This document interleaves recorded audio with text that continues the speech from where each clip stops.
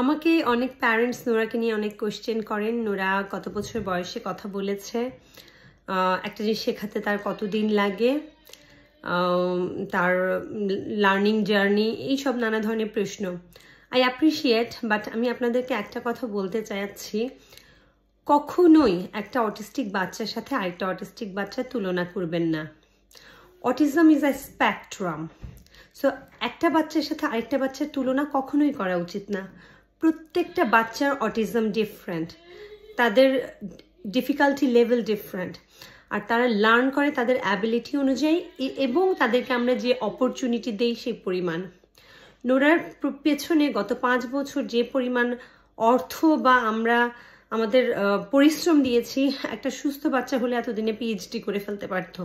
But আলহামদুলিল্লাহ এখন Nora 1 বা 2 শব্দ দিয়ে আমাদের সাথে কমিউনিকেট করতে পারে, তার নিডসগুলো বলতে পারে।